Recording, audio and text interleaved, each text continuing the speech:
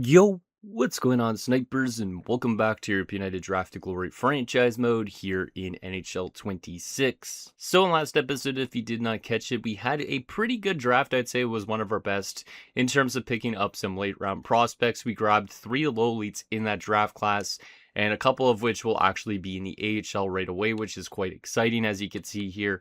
We end up drafting this Fernandez guy with our very late pick in the 5th round. We could have drafted him probably later if we wanted to, but I wanted to make sure we got him. He was a 70 overall out of the draft, and he's already jumped to a 72 before the start of the year. So this guy's already one of the best deals we've probably had in this franchise mode, even though he's never played an NHL or an AHL game up to this point. But he'll be in the minors this season, so hopefully halfway through the year or even at the end of the season, he's ready enough for the NHL. And then aside from that, we also drafted a low elite defenseman in the first round in Richardson, who is a 64 at 18. He looks like he's going to be a pretty good defenseman, like a top 4 for sure at some point. So excited to see how he develops. Hopefully he has a good year in the minors. And then, like I said, we also did draft another low elite as well in round 6, which was this guy who's going to be unsigned at the moment in Kuda. He's a 50 overall at 18, so kind of a low-end player right now. But I think, obviously, if he gets a good amount of growth within 1 year, he could definitely be at least a bottom 6 option for this team, maybe a top 6 option at best. So excited to see how he develops and see if he could be a future like penalty killing guy for this team, considering he is a two-way forward. We also did draft a couple other decent steals. Like I would say, obviously, this goaltender was a decent steal. We didn't really need more goaltending prospects, but this is just to give us more depth there, because obviously now we technically have all our goalies that we've drafted so far in this mode under contract. As you can see, in the NHL, we're going to be running 3 goalies this year. Kavapol's going to be that healthy scratch goalie that comes in if Gotch gets hurt. And in the AHL, we do have an extra option as well in Cantor if Simic or if Ambul gets hurt. So I like it that we have at least 3 goalies in the NHL and AHL just in case there's problems. And then, like I said, Coach is going to be unsigned for a few years, but maybe he could come in and replace one of these goalies in the minors in that span. So I think we're doing a pretty good job at building up this team, and I'm excited to see if this team can make it back to the playoffs again this year. I think it's definitely doable, but obviously it'll be up in the air technically if we do better than last year. I think we can do better than last year, but obviously it really depends if that growth in that bottom 6 is going to make a difference or not, because I think last year we were starting to figure out that depth scoring a bit, but obviously we still need to kind of get better and better. Like, we need our top line, if possible, to continue to get better. As you can see right now, obviously the top line is really good, but you can see guys like Kalinga last season, for instance, only 67 points. So if we want to obviously have a really good shot this year, we need guys like Kalinga to be eclipsing like close to point per game if possible. Meanwhile, the second line is turning out really well. Green and McElhinney looks really great. Third line is kind of an underrated third line because you have a shooter like Nakamura with Barrett and Bradford, who are both playmakers. And these guys both have pretty good playmaking stats, especially Bradford. So I think this third line could actually contribute quite well. And then the fourth line is a little bit more up in the air because Miller's never played an NHL game up to this point. Nichols is kind of just like a depth option at best. And then Mullen is obviously a guy that used to be really good, but has kind of fallen off since. So I'm not really too sure what to expect from that fourth line. And then from our defensive standpoint, our defensive core is looking good again, except for this -1, but I don't think it's a huge issue because we had that same thing last season and we still made the playoffs. So I'm excited to see what this team could do, especially obviously with the goaltending kind of getting a little bit better as well. So it's going to be probably a good season. But we are also going to be turning on injuries this season, which also could mean we also suffer some injuries. And if we do suffer injuries, that could knock us out of the playoff mix. So it's a little bit nerve-wracking on that front, but it should be an exciting season nonetheless. So anyways, with that said, let's get your guys' comments, see what you guys have to say about last episode, and then we will get into the season simulation and see if this team can make it back again. So the first 2 comments are from Dylan Burrows. The first one says, "Happy you're feeling better," and thanks about that, Dylan. I'm still not 100% as of my recording this, and I've been like battling this for over a week, but for the most part, you could tell probably that my voice is a lot better than it was like a week ago, and also I'm not feeling like I have to cough as much as I used to. So yeah, I'm very happy that I'm actually almost over this cold because it's been quite abysmal. And he also says, "Don't forget about injuries, and don't worry, I already turned it on before the start of this episode, but I'll double check just to show you guys because obviously you might not trust me on that, but you can see that I turned it to a 9 out of 100, so it shouldn't happen super frequently that we get injuries. But it still could happen randomly that we get a couple of them throughout the season. I just feel like if we go to 10, it happens too frequently. If we have it at 9, sometimes it doesn't happen enough, but I feel like it's better to have it there than having it like where we have injuries almost every week or something like that. So I usually tend to put it to 9 just because I feel like that's like a perfect spot to have it, but we might not suffer that many injuries throughout the season, or maybe we'll suffer an okay amount depending on what the submission wants to give to us. Next comment is from Tyler G 1994, who says, "Damn that Fernandez pick." And yeah, that Fernandez pick was definitely the crazier steal of that draft class, because when I drafted him, we had no idea if he was a low lead, a low top 6, a low top 9. And we took a chance on him, and he is looking pretty good. The only thing that's a little bit problematic for him is being a center. He does only have 61 on faceoffs. So right now, I think we're utilizing him more as a right winger in the AHL with a little bit of faceoff time, I think, on the power play. But obviously, the one thing we need to get him to work on for his skills in the offseason is to get that faceoff stat better. Because if he could get his faceoffs to at least in the 70s, he could be at least a decent like third line option if he doesn't grow into a top 6 forward, which I think he can honestly grow into a top 6 forward. But I'm curious on what his stat line is going to look like in the AHL this year, because his offensive awareness also kind of could use a little bit of work. He's not necessarily the craziest shooter, but his shooting's okay. And you can see that 86 passing is really good. So if that offensive awareness gets better, if those face-off stats get better, he should be a really key player for this team in the future if we end up losing guys like Adam Benak. Next comment is from Sour Taku, says, "Fernandez was a great pickup. Definitely have him work on faceoffs. At worst, I bet he becomes a reliable third-line center, especially since his defensive awareness isn't terrible out of the draft." And yeah, that's another thing with Fernandez, is his defensive awareness really wasn't that bad either out of the draft. So if he ends up being a third-line center, it's really not a bad option to have down there. Like 76 is kind of low, but you can see it's not much lower than his offensive awareness. So he probably could be a really reliable third liner.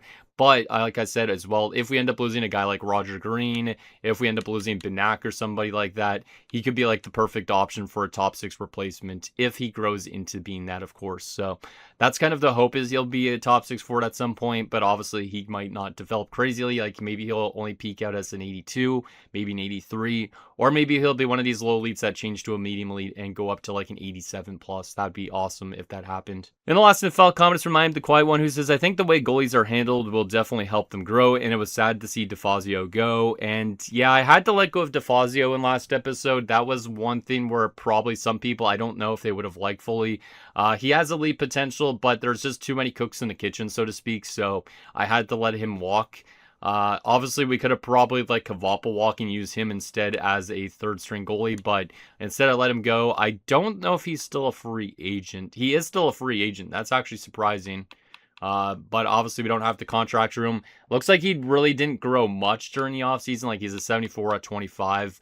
Obviously, if he's still a free agent down the road and eventually he grows into being a backup goalie and we need a backup goalie, we could easily bring him back to this franchise. But right now, we might as well give him a chance to go sign somewhere else. He did have some really solid AHL years, but he obviously really didn't get as much playing time as he probably would deserve with this franchise. So the fact that he's already 25, I just don't think he's going to really grow much more. I feel like he's going to cap out as around a 78, 79. Unless he gets some statistical growth, then he could obviously be a really good goaltender still. But I think obviously with our current goaltending setup, I think it'll actually be fine the way it is, because Forster's kind of surprised me in terms of his potential going up. He's been really good as of last season. Gotch is an interesting one. I think he could still definitely outperform DeFazio just because he's a year younger, and obviously now he's a better overall than DeFazio, so that's why I held on to Gotch. Kvapil's one of these guys that probably gets let go of at the end of the year, to be honest. And then in the system, Cantor, I believe, still has, an extra year. So I'm not too sure how long he's going to be with us, but he's obviously that third string goaltender.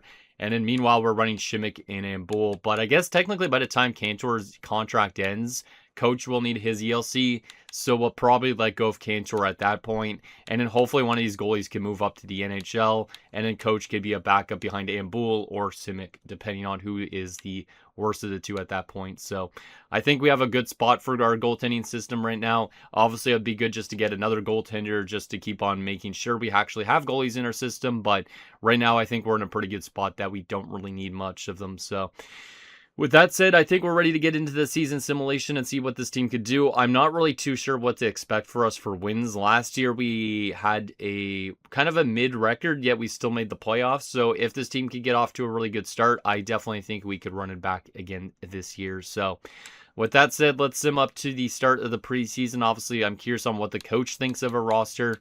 But last year, our coaches really helped us get to that playoff spot. So I think now that we're actually growing well, I think we should be a playoff team unless we suffer some major injuries, which hopefully we don't have that happen. So preseason focus. Let's send it to 5v5 focus, considering obviously we're now fully a good roster, I think. And then in terms of our season goal, what does Andre Tourney think about our team? He says, looking at this roster on paper, this team is good enough to compete for the cup. That is my goal for the team this season. Wow, this guy thinks literally this team can make the Stanley Cup Finals this year.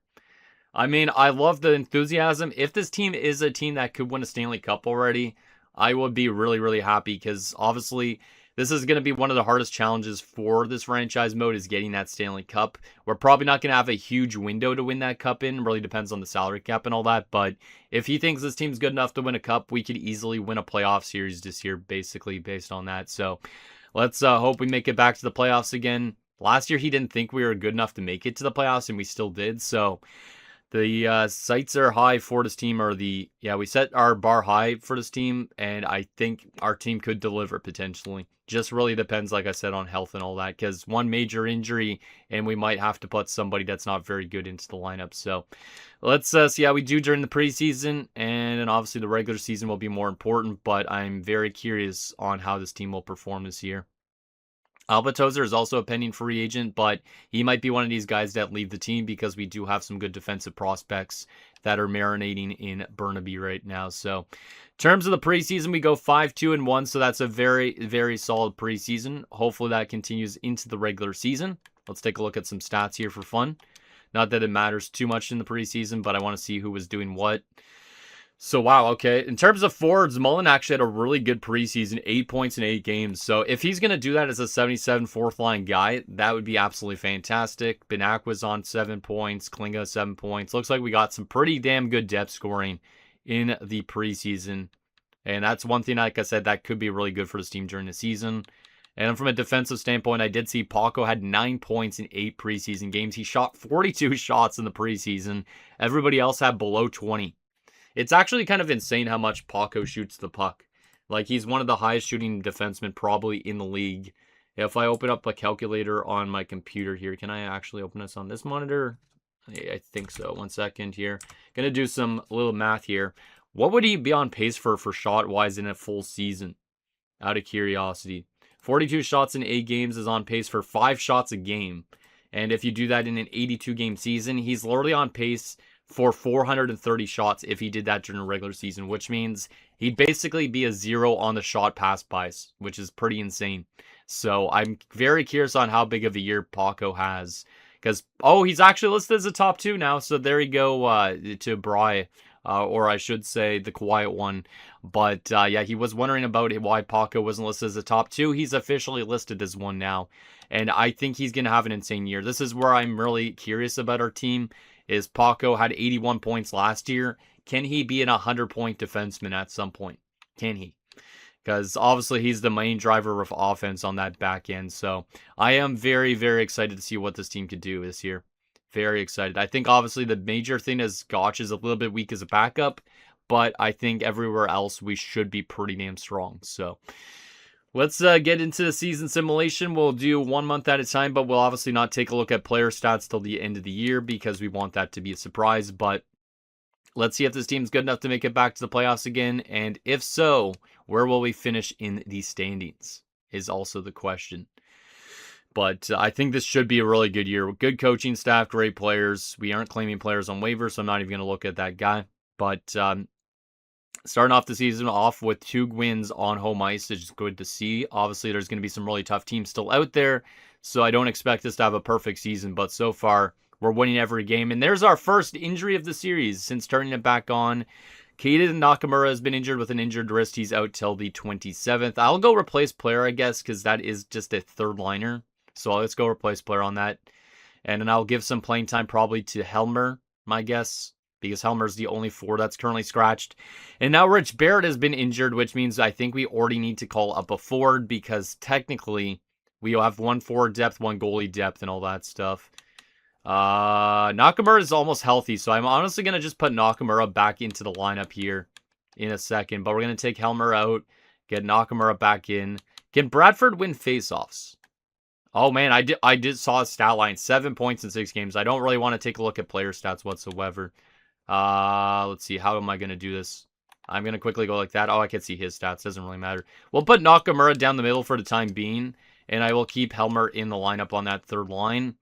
And then obviously, hopefully Nakamura stays healthy and Barrett can come back into that spot. But I just don't really want to be calling up people from the AHL too often because obviously it's going to kind of hurt us a little bit having to do so much micromanaging. But this team has not lost a game to start this year. We're 6-0, which is definitely our strongest.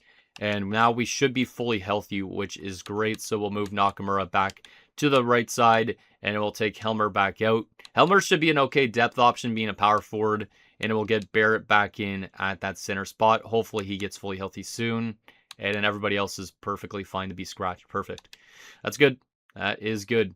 Game against the Rangers is also a win. The Sharks is also a win, and Pittsburgh is a loss 7-2. So we did start the season 8-0, but our first loss of the year is against Pittsburgh 7-1. They are a good team, 6-3-1 so far, but goddamn. That's a pretty bad loss to start off the year, but 8-1 is definitely our strongest start yet, so let's not complain. Let's just hope that we don't go on a major losing streak after how we started off the season, but it's looking really good so far in terms of being a team to make it back to the playoffs, and I am very, very happy with that. There's a couple more losses. One of them was in a shootout, though, so it's still a point. But yeah, our team is off to definitely a stronger start than I kind of initially predicted. Now, we are losing more games to start November, but obviously you don't expect this team to go on a tear so much so that we're going to win like 60-plus games.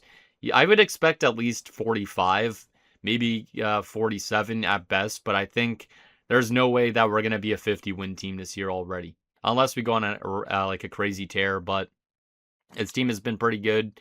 And if our team just continues to get growth, this team could be really nasty within a few years, as we're suffering some AHL injuries right now, which is not great. And there's another NHL injury. Law has been injured with a sore knee till December 11th, so our fighter is out till December 11th. I guess we'll just go replace player again. Yeah, let's just go replace player again on that point. It's only for like a week, but still kind of sucks not to have our fighter. But we're currently second place in the Metropolitan Division, in case you guys wanted an update on the standings. But obviously, it is still a pretty damn tight race. So let's continue to simulate. Let's actually just go to the 11th so we could get Law back in the lineup. And then we'll continue to simulate the rest of it. But this team is looking great so far. Let's get Retzer back into the AHL. Make sure the right guys are in. Was Zongot the guy that was scratched? I don't remember.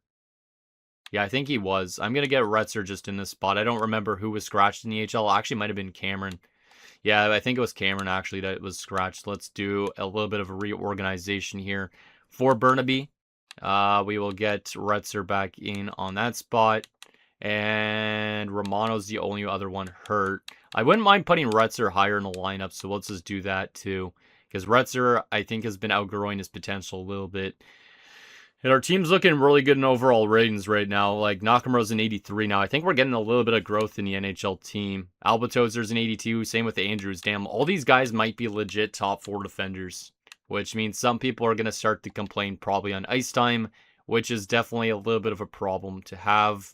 Let's go back to edit lines again in Burnaby, because I think the other guy is back. We'll take Lees out of the lineup, maybe.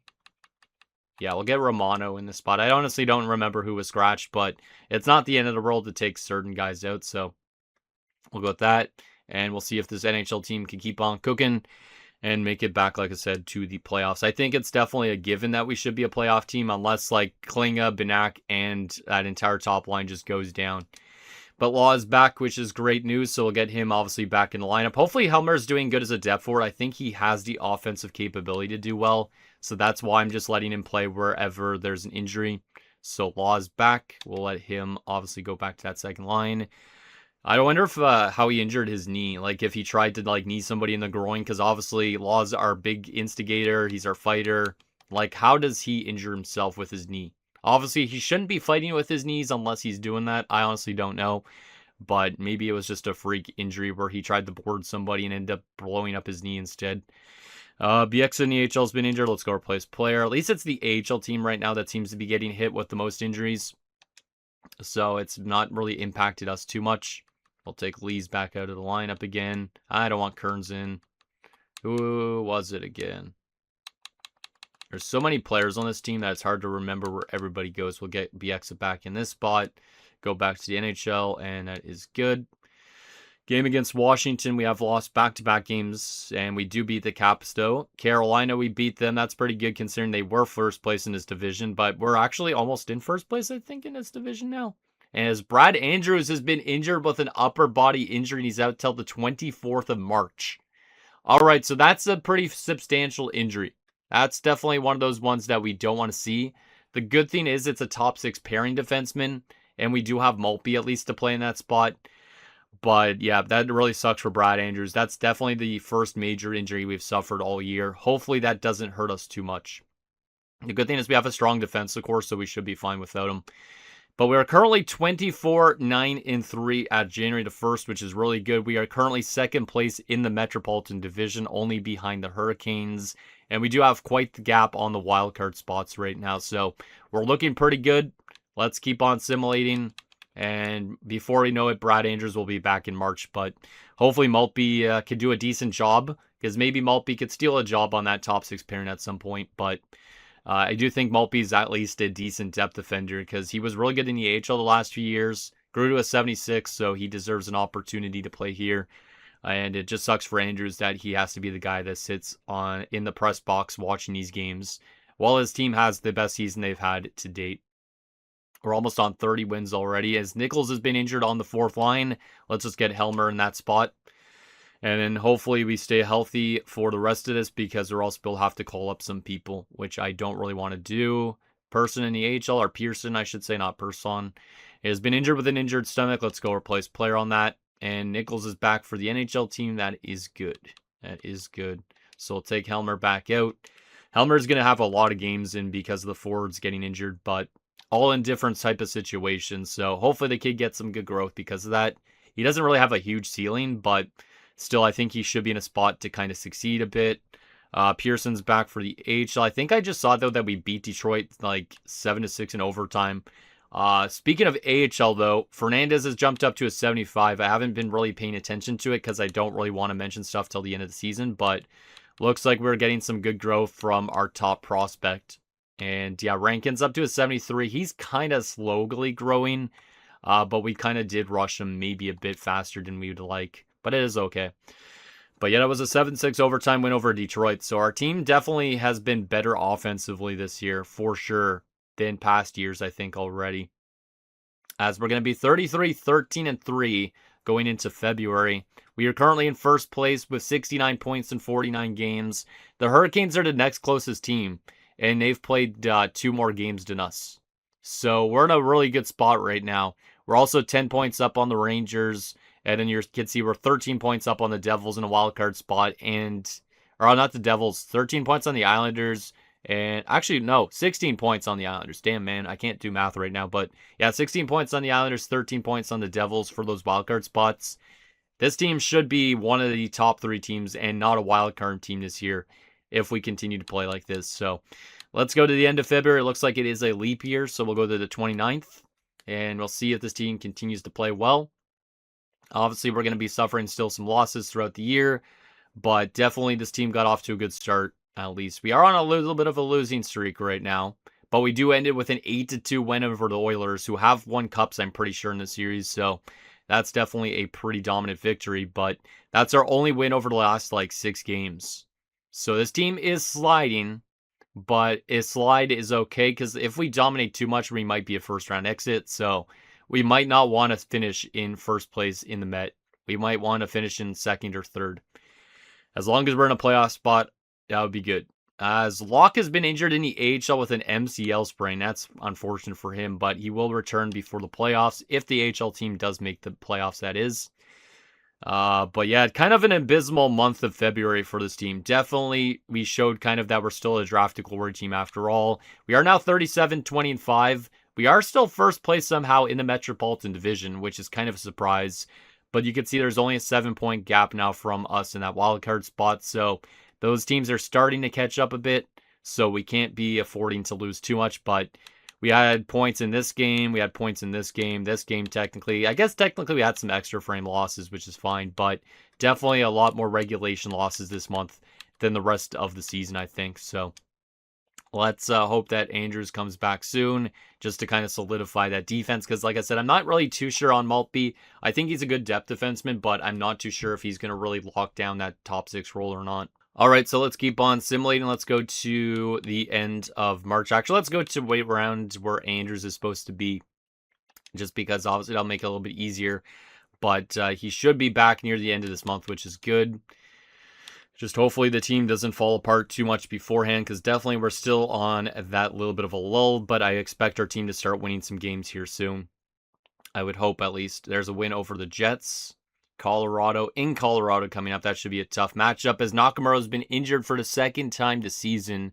He's out till April the 2nd, so let's go replace player on that. That should put Helmer back in again, but that's unfortunate for Nakamura. He's been hitting a couple injuries this season. Sarich in the AHL has been injured with a sore knee. Let's go replace player. Columbus, OT loss. Montreal is a loss.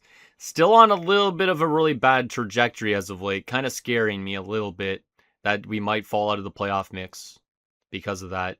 Brad Andrews is back, so that's good to see, because obviously I think that could be the one thing that's been derailing us a little bit, because it is a -3, that pairing, but I could be completely wrong too. Andrews, I don't want to put him in though if he's still battling injury, because if he gets injured again, he'll be out the entire season. So let's wait and get him fully healthy first, just because it might be a risk to put him back in.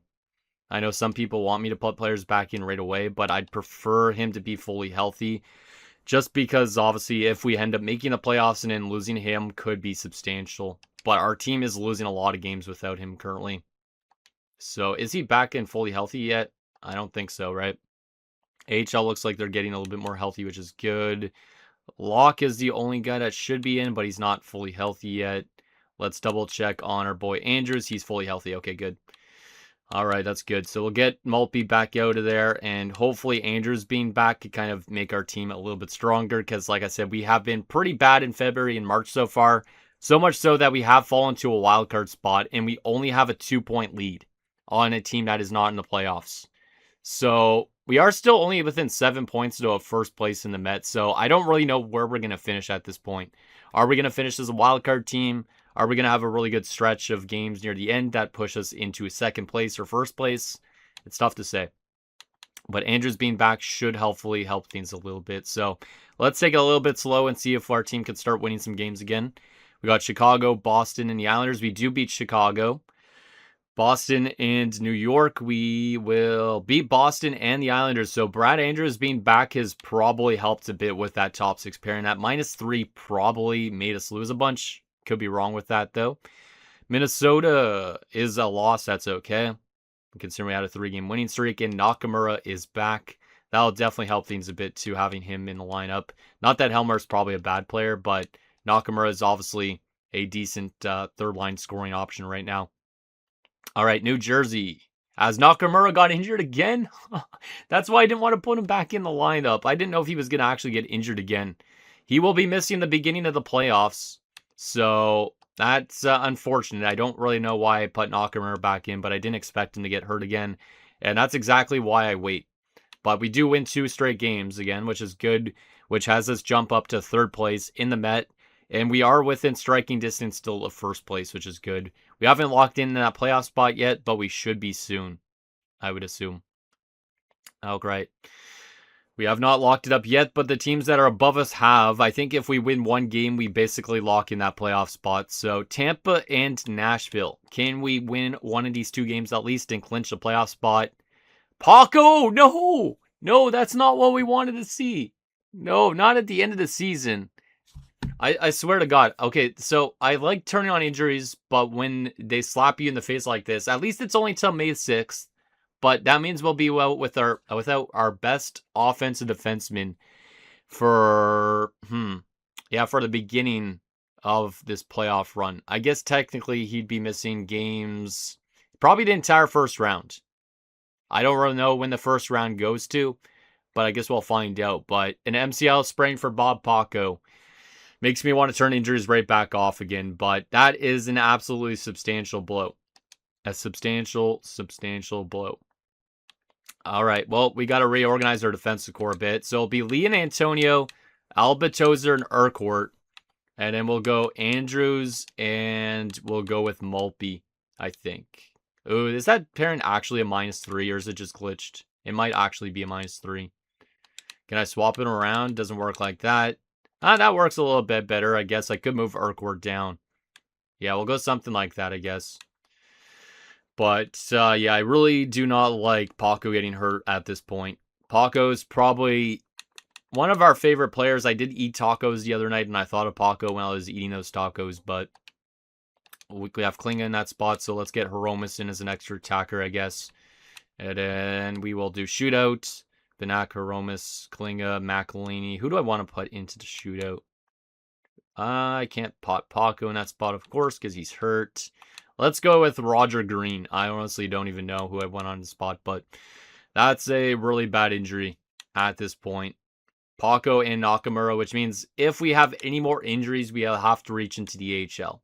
Kavapal has not played all season, but he might get to play some playoff games depending on how the goalies play in the playoffs. But we do still beat Tampa, which clinches us a playoff spot, which is great. But then we lost to Nashville. We are now in second place in the Metropolitan. We still could win this division, which is awesome to see as well. But obviously at the end of the season, I'm going to take a look at the box score from that Tampa game and see who injured Paco. Because somebody injured Paco on Tampa, and we need to send Law after them next time we play Tampa, which is next season, I guess, because they're not going to make the playoffs, I think. But let me just write down that game if I have a pen that actually works, because I do want to take a look and see if somebody boarded Paco or fought Paco. So Tampa on April the 3rd. Let's write that down, and I'll check that out in a little bit. But at least we've clinched a playoff spot, which is great. But not having Paco, yeah, for the entire first round is quite substantial. Let's go through this Vancouver game, see if we could beat them. We could still win our division, which is insane. And the answer, we beat the Vancouver Canucks 3-0. We have fallen down to third place in the division, but we are probably, we're tied with the Rangers with the exact same record. The Hurricanes are 3 points up on us, so I don't even know if we're going to catch the Hurricanes at this point, but at least we're not going to finish probably in a wild card spot unless we lose back-to-back games in the season. We do lose that one in a shootout, but I think we've officially, maybe not. I think we can still finish in a wild card spot because the Devils are right back behind us. But this last game of the season will dictate where we finish at the end of the year. So can we win this last game of the season against Florida? The answer to that is, well, Bieksa gets injured in the AHL. That's okay. Yes, we can. 6-1.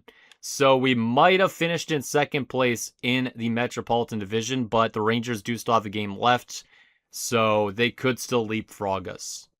Will we finish in second or third place? The answer to that will be we finished in third place. Okay, so the Rangers just finished above us, probably due to ROW. They look like they had the exact same record as us. So a 46-29-7 record. I said we'll have 45-47 wins. I guess I know this game a little bit. I wonder what you guys predicted for wins, but this is definitely the best year this team's had. Just sucks that we suffered some major injuries near the end. So with that said, we're going to do a major surprise, of course, on the player stats and all that. So I'm going to keep my eyes closed so I don't really see anything going on. And that way I'm not spoiling who led us in points and all that. But first, in terms of the entire league, where did we finish? 7th. That's a pretty big increase. Because a few years ago, we were like a bottom feeder team. But we were the 7th best team in the NHL. Montreal ends up winning the President's Trophy with 131 points.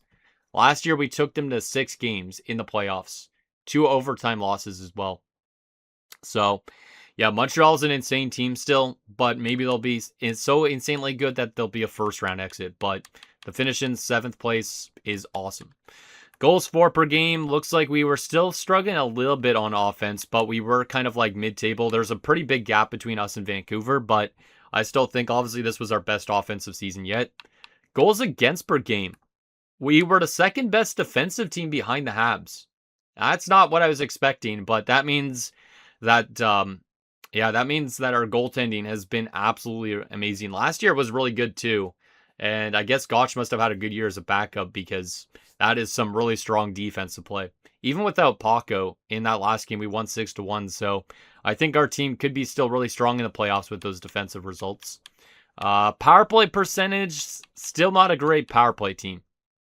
So our special teams still need work. One of the worst teams on the power play, but not the worst. We only had 3 shorthanded goals against. We scored 6 shorthanded goals. Our penalty kill, though, is 83.9%, which is also towards the bottom a bit. So, yeah, our special teams could still use some work, but it looks like we're a good 5-on-5 team. 23-15-3 on home ice, 23-14-4 on the road. So, pretty identical. 7-2-1 in our last 10 games going into the playoffs. We are definitely a good team, and it's really good to see that. The last team in the league this year was Columbus on 50 points. I remember when we were down there, but now we're a top 10 team, which is great. So shout out to our boys. All right, well, now we need to do a dramatic reveal for player stats. So I'm going to close my eyes here, try not to see who led us and everything. And I'm going to swap this over to each position here, and boom, we're good. Didn't see anything. All right, so in terms of our forwards and center, Benak 71 points this year. So Benak continues pretty much to be as on par every single season. So that's a good year. It is a lot better than last year and a lot better than a few years ago where he only had 47 points. But he's kind of back to that 70-point range. So he's still having a pretty damn good career. Shout out to Adam Benak, our captain. Roger Green on 56 points is pretty damn good as well. 27 goals for Roger. He is actually a legit top 6 forward. Definitely a drop-off point-wise from last year, but the plus-minus improved and all that. So I think he's still a pretty underrated player. He could score almost 30 goals a year, which is great. And obviously, he's only making 2.175, so this contract is looking really, really nice. Miller on a 30-point rookie year. That's not what I expected. He's a 75 overall, AHL top 6 basically, but he just scored 30 points. This was his first NHL season. Looks pretty good. 3 game-winning goals out of 12 goals on his career. Yeah, that's pretty good. Also won some good face-off stats as well. Yeah, he's not a bad player for 75, but that might be one of his only seasons he gets here. He does have good face-off stats, so he is kind of useful as a depth option too.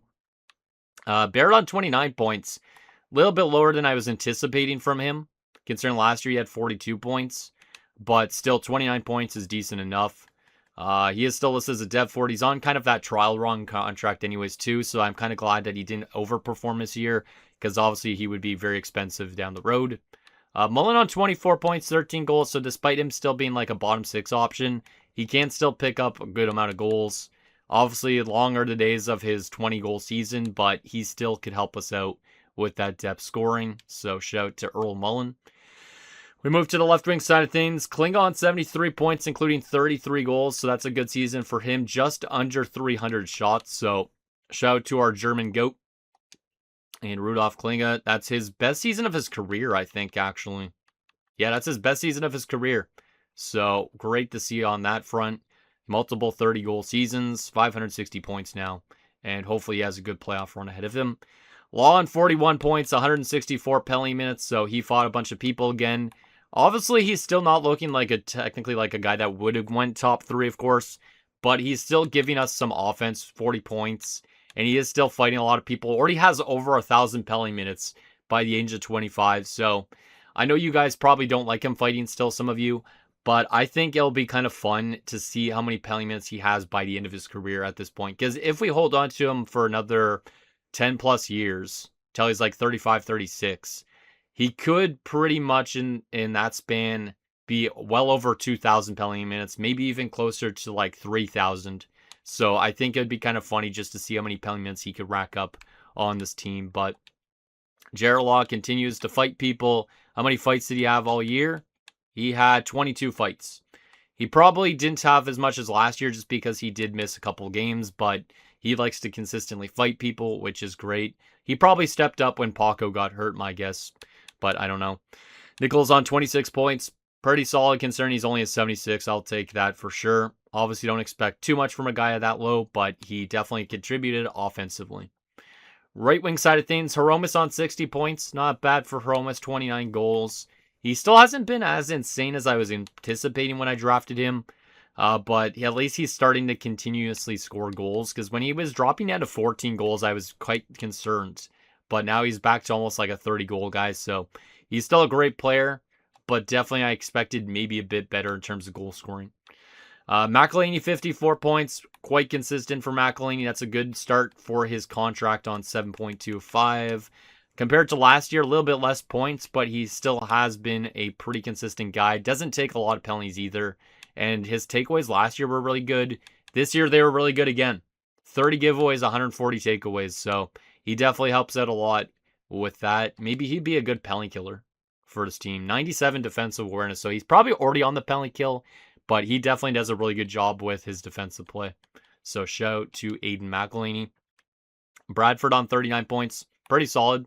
Pretty solid. A little bit less points than last year. Pretty consistent. No problems with Mr. Tony Bradford. Nakamura missed a good chunk of the year, actually. Missed a total of, 18 games due to injury. Only 29 points. He is going to be missing the beginning of the playoffs as well. Almost had as much points as he did last year. So I think, obviously, if he played all 82 games, it would have been a career year for him. But obviously, he ran into a lot of injury trouble. So hopefully, once he returns, he'll actually get to play in the playoffs for us. But last year, he didn't really do too much for us in the postseason. But I do think he's still kind of a substantial loss because he's great for that third line. He's actually listed as a top 6 player now, though, which is a bit problematic. I mean, I could move Law always back to the third line and give Nakamura a top 6 opportunity in the playoffs. So that could be something we do at some point because Law is more of a third line checking forward right now, I think. So that might be something we look towards next season. And then Helmer only played 23 games because of the injuries. 6 points, so he didn't do as much offensively as I was hoping for. But he doesn't take a lot of penalties. He's only a 75. Doesn't have actually that great of shooting. I thought he was better than that, but does have some okay offensive skills. I think he's definitely more better as an AHLer, but maybe he'll get some growth and actually become more of a fourth liner soon. And then from a defensive standpoint, Paco had 65 points in 78 games. So he was on pace for a worse year than last year, but he still was on pace for probably a 70-point season around. And he did shoot 278 shots in those 78 games. Still a very good season for him despite missing those last 4 games. His plus minus drastically improved as well. So Paco is still the GOAT for sure, but it would have been nicer, of course, if we saw him get closer to what he did last year. But I think if he stays healthy for an entire year again next year or in the coming years, he's still going to win a Norris at some point. Like, he definitely has the tools in his bag to do that. So shout out to Paco. Hopefully we could win a playoff series for him so he could come back and help this team out. Antonio had 33 points and was a plus 43, so a big year actually for Dave Antonio. His contract doesn't end this year, but it ends next year. And yeah, that's a pretty good season. That's a career high in points, and his plus minus was much better, so I like that a lot from him. Leon, 22 points, plus 15, pretty solid. How much is he making again? He's making 7.8. A little bit high for the point totals, but obviously he's an 87 overall defenseman, so he's pretty good. Urquhart, 16 points, a plus 9 finally for Urquhart. That's good. 15 points, minus 3 for Albatozer. In his last year, potentially with this team, because he is listed as a top 4, and he won't be getting a ton of playing time going forward. So this might be his last season here. Andrews, 11 points in 45 games. Damn, he missed a lot. He missed a lot, almost 40 games with that upper body injury. And then Maltby played half the season because of that. Had 4 points, was minus 12. Yeah, see, Maltby was definitely part of the problem when we had that injury to Andrews and why we went on such a big losing streak. That's unfortunate because I was hoping he'd be better as a depth option, but yeah, we might need still a better depth defenseman than him next season. So, how does his defensive awareness? Yeah, only a 78. He does have offensive skills, like his passing and all that, but he needs power play time to probably produce, my guess. And then from a goaltending perspective, great numbers again from Forster. A .913 save percentage, and he's generated an X factor too. And that's not what I was anticipating. but he has generated post to post. So that is really good stuff from Akeem Forster. He is already 25, so he's pretty much almost an exact at this point. But his first 2 seasons here, or first 2 full seasons, or first full 3 seasons, I should say, he's been getting better every year. 5 shutouts and a 913. Last year, similar goals against total, worse save percentage, but he is still getting better every year. And Gotch was pretty solid as a backup, to be honest. 9, 8, and 3. 1 shouted, a 908 save percentage, and a 2.67. He's up to a 77. Not bad. He's still not the craziest goalie, but he is definitely not bad. All right, so that's our NHL team. Let's briefly take a look at the AHL as well here. Simic dropped a 923 save percentage in his first AHL year, and he's up to a 73. So he's probably not going to be NHL bound next year, but he is playing great. So for a 19-year-old goaltender, that's really nice. Really, really nice. And then Ambul, what are you up to? 63. Yes, Ambul, I don't know if he's going to really grow much at this point. What else in the AHL here briefly? Ullman, 26 points, looking good. How much points for overall for Ullman now? 73. A little bit low, but that's okay. Richardson's first season had 21 points. Was one of the only minus defensemen other than Rakunik and Dimitra, who apparently were terrible, but Richardson's a 67 now. Not bad. What else we got here for top prospects? Nobody really here's a top prospect, I would say. And then centers, Rankin at 56 points. That's good. He might be making it back to the NHL as a fourth-line option soon. And Fernandez had 54 points. And he's still a 74, but still, Fernandez and Rankin looking pretty good. I don't think there's really any prospects other than those guys that have really good potential. So there we have it. Let's go back to the NHL here and take a look at some stats around the league. So the best player in terms of points this year was Ivan Demidov. Tim Stutzla right at number 2. And then Noakes, who's in Ottawa as well, 99 points. All right. Most goals this season by a forward. Connor Bedard, 54 goals. Beating out Demidov and Brady Tkachuk. Brady Tkachuk in Minnesota still. From a defensive standpoint, best defenseman was Quinn Hughes with 81 points. He was -1, so there's a good chance that Noah Dobson's going to win the Norris because of that plus-minus. Him and Lane Hudson were absolutely filthy this year in points and plus-minus. But if you look at Paco's stats, he was one of the best defensemen in plus-minus. And then he was probably like a top 10 defenseman for sure. Luke Hughes was up there too. So both Luke and Quinn Hughes. But I still think Paco can win a Norris at some point. I don't know if he's going to become as good as like Olli Houghton in my Islanders years last year, but I definitely think he could still win a Norris at least. And then from a goaltending perspective, the best goalie in terms of wins was Dustin Wolf in Montreal. Most shutouts was Jesper Wallstedt. I almost said Jesper for some reason. Dustin Wolf as well. Best save percentage by a starter was Dustin Wolf in Montreal with a 921. And goals against average, guess what? Wasn't it Dustin Wolf again too? Yeah, it was Dustin Wolf, 228. Yeah, Dustin Wolf is definitely winning the Vezina this season because Montreal is stacked. 1 goal. Oh, yes, let's go. I didn't even realize that when we were looking at stats. Akeem Forster, my first ever goalie in a franchise mode to score a goal. I am not even joking. That is insane. I literally, when we look at goals and stats for goalies, I do not expect one of my own goalies. But Akeem Forster scored a goal this season. We have to find out what game that was for sure. But, yo, that is insane. I am literally... That's probably one of the coolest things I've seen in this franchise mode to this point. This mode keeps on rewarding me with cool things like that. Wow. Okay, I did not expect that when I sorted that. I thought there was going to be no goalie goals, but Forster scored a goal and had an assist this year. Most assists, though, was Wallstedt. But who the heck did Forster score against? And was it an empty net goal? It probably was an empty netter, you would assume. But let's go to split stats here and see who he scored a goal against. Actually, not split stats, game logs. Who did he score against? His one assist came in the last game of the season, I think, one of his last game against the season against Vancouver. But who did he score against? Who did he score against? So we could go back to the box score in that game. It was Pittsburgh. He scored against the Pittsburgh Penguins. Pittsburgh. Must have been a 4-3 game. Or it was an empty net goal. It's probably too. Yeah, it's got to be an empty net goal, right? There's no way he scored on another goalie. We're going to have to look at that game. So, Pittsburgh, Jan 7th. So, we have some stuff to look at for sure. All right, so now that we've seen all that crazy stuff, let's go to rookie stats here briefly. Simmons in Vancouver. I honestly don't even care at that point. I got to take a look at these box score stuff. God damn, that's really, really exciting. Like, when I saw that, literally, you guys are probably like, what the hell? He actually scored a goal. We'll go to that game second. We're going to first, though, go to the game where Paco got hurt so I could see who might have hurt Paco. Because I will definitely send law after them next season. Send the law after them.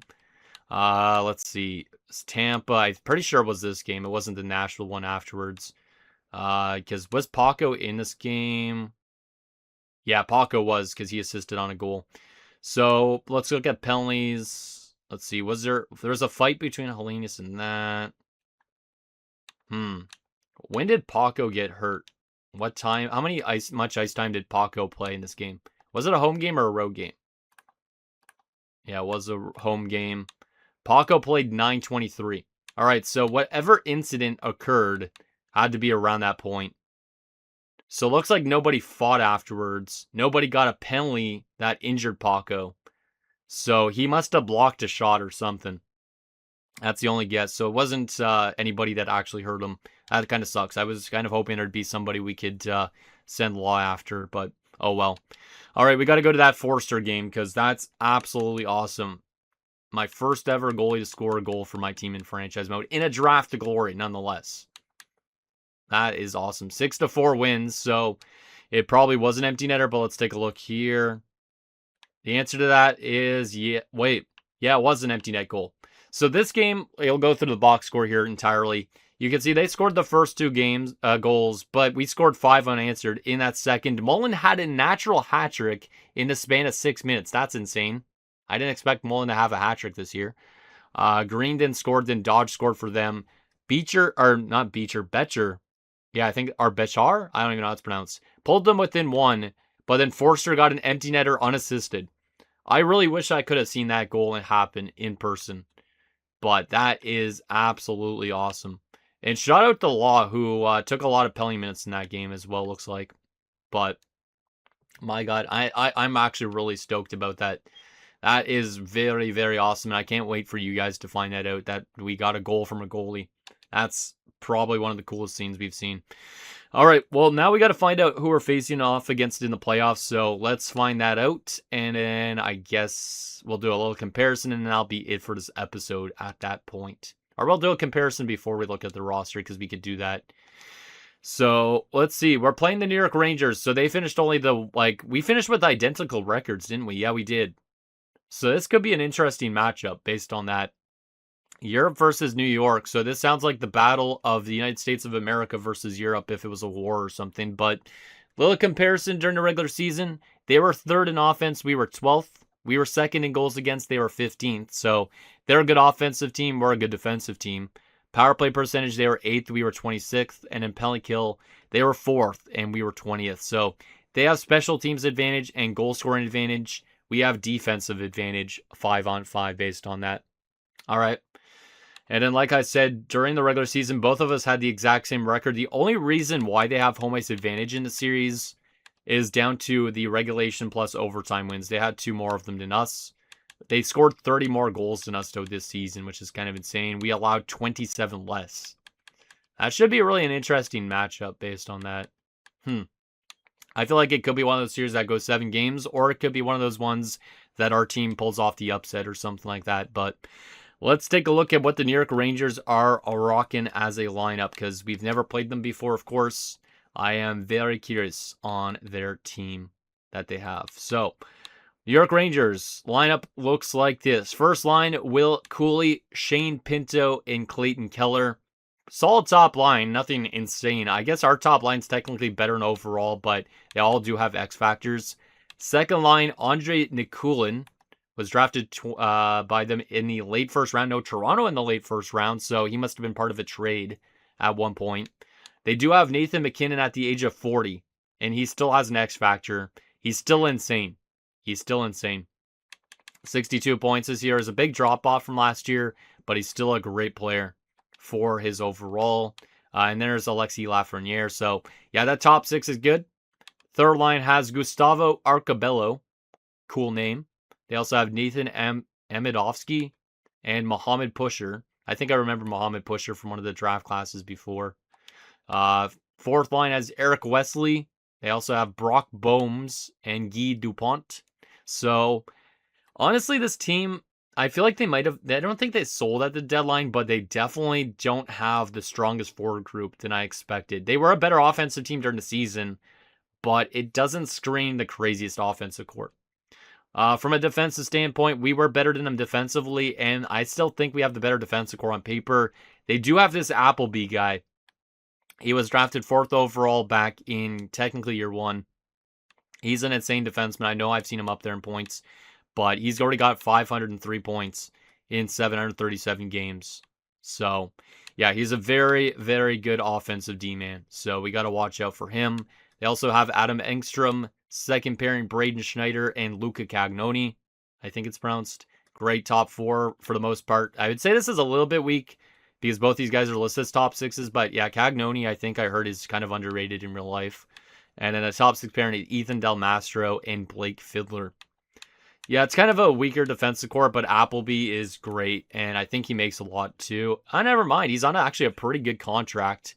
Actually, never mind, it ends at the end of this year, so I don't know what his extension is, but it's if Paco is playing, it would be Paco versus Appleby. But unfortunately, Appleby will be able to play, and Paco will have to sit in the press box until next round, I'm guessing.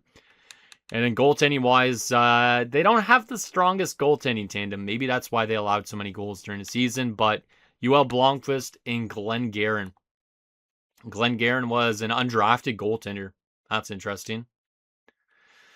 Randomly signed by the Rangers, already listed as a backup. That's kind of surprising, but shout out to that guy. And then, yeah, like I said, Yoel Blomqvist isn't the craziest goaltender, but he did have a .915 save percentage during the year, so he is good. And then from a scratch standpoint, Derek Pody is injured for them as a right winger. Okay, so that's why they don't look as strong on offense. So that 80 overall is more supposed to be a third liner, but Pody is out as well. So they have a substantial injury just like us. So this could make a difference in the series. I don't know how long he's out for, but we'll have to take a look at that. During the season, this guy picked up 62 points. So a little bit lower than I anticipated, but he's still good. They also have Mark Del Gaizo and Rodwin Dionisio, I think it's pronounced. So, yeah, once Pody returns, if he does return this round, that's going to hurt things a bit because Keller would probably move to second line, Nikulin probably to third line, and then Pusher to fourth, I guess. But, yeah, they definitely have some good players. But we're kind of lucky that Pody's hurt right now. But they're probably lucky that Paco is hurt, and same with Nakamura. But let's go to the injury report. Actually, let's take a look. When does this round end? First and foremost.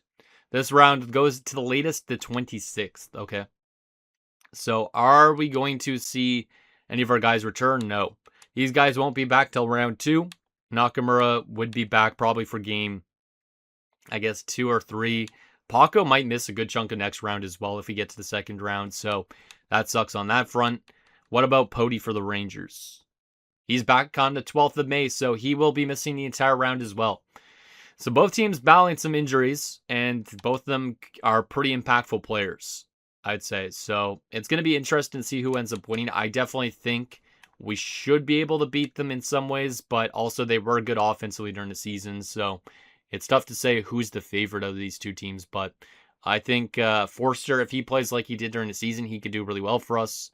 If our offense is a little bit better than it was during the season, we could do good.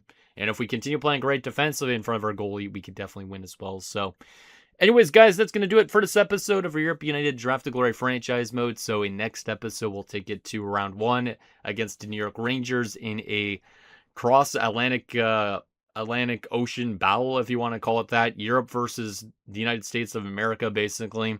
We'll see if we're able to find a way to win. Hopefully we can, because like I said, I kind of want to win at least a playoff series soon. So that way we could kind of make do with the window we have, because honestly, this window could be open for a little bit, close again, reopen, or this window could be only open for like a short bit before it closes again, and then it's hard for us to actually win series. So I want to do as good as we can, But obviously, if we do it really good as well, we won't be drafting probably as good in this year's draft, but that's okay. We want to find a way to win a Stanley Cup. That's the first and foremost priority. Sing down below, and I'll see you guys next time.